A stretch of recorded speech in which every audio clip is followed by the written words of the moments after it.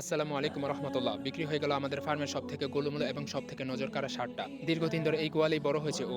এই খামারের ভিতরে ছিল ওর পুরো পৃথিবী। আজকে ক্যামেরায় বন্দি করেছে ওর বিদায়ের মুহূর্তগুলো। ব্যবসার একটা বাস্তবতা আছে, কিন্তু মনের ভিতরের টানটা সবসময় আলাদা। এই গাভীটাও আজকে বিক্রি হয়ে যাচ্ছে। ও একটু বেশি আক্রমণাত্মক স্বভাবের ছিল।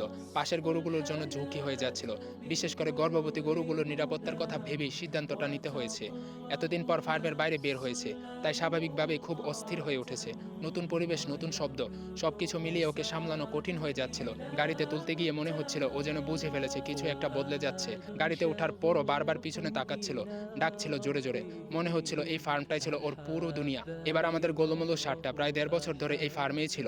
হঠাৎ বাইরে আনার পর প্রচণ্ড লাফালাফি শুরু করে দিল। অচেনা পরিবেশে খুশি এবং আতঙ্ক দুটোই একসাথে কাজ করছিল মনে হয়। দুজনকে গাড়িতে তুলে দেওয়ার পর নিচে দাঁড়িয়ে শুধু তাকিয়েছিলাম। দীর্ঘদিনের পরিচিতি উপস্থিতি আজ ধীরে ধীরে দূরে সরে যাচ্ছে।